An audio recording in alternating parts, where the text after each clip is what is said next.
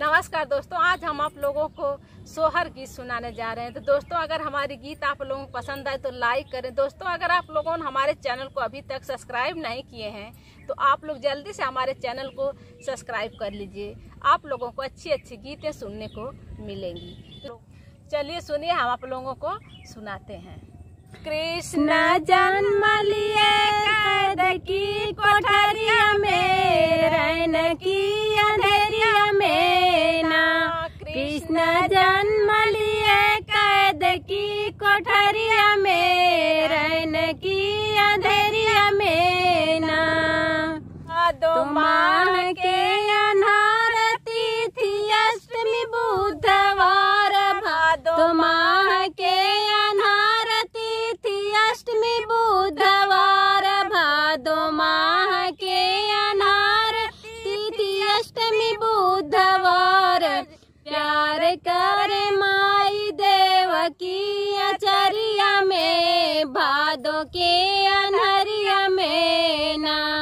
प्यार करे माई देवकी अचरिया में, भादो के अनहरिया में ना। कृष्ण जन्म लिए कैद की कोठरिया में, रैन की अंधेरिया में ना। कृष्ण जन्म लिए कैद की कोठरिया में, रैन की अंधेरिया में ना।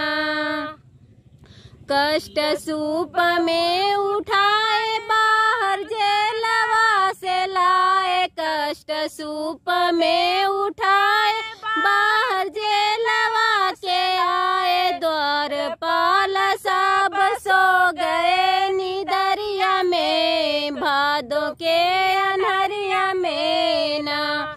द्वारपाल सब सो गए निदरिया में, भादो की अनहरिया में ना।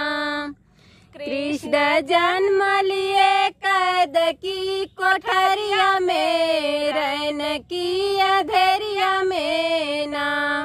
कृष्ण जन्म लिए कैद की कोठरिया में, भादो की अनहरिया में ना। चमके नाभ में बिजुरिया उठे यमुना में लहरिया, चमके नाभ में बिजुरिया उठे जमुना में लहरिया। काना पौआ छुआवे बीच धरिया में, भादो की अनहरिया में ना। काना पौआ छुआवे बीच धरिया में, भादो की अनहरिया में ना।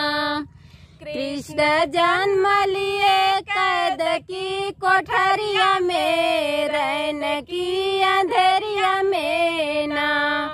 कृष्ण जन्म लिए कैद की कोठरिया में, रैन की अंधेरिया में ना।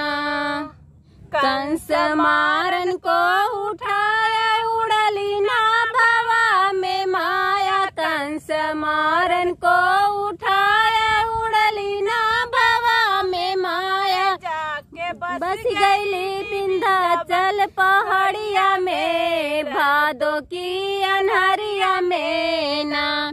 जाके बस गईली विंध्याचल पहाड़िया में, भादो की अनहरिया में ना। कृष्ण जन्म लिए कैद की कोठरिया में, रैन की अंधेरिया में ना। कृष्ण जन्म लिए कैद की कोठरिया में, रैन की अंधेरिया में ना। तो दोस्तों, ये स्वर गीत आप लोग कैसी लगी कमेंट बॉक्स में जय कृष्ण श्री कृष्ण जरूर लिखकर भेजना। तो चलिए फिर मिलेंगे अगली गीत में, तब तक के लिए बाय बाय।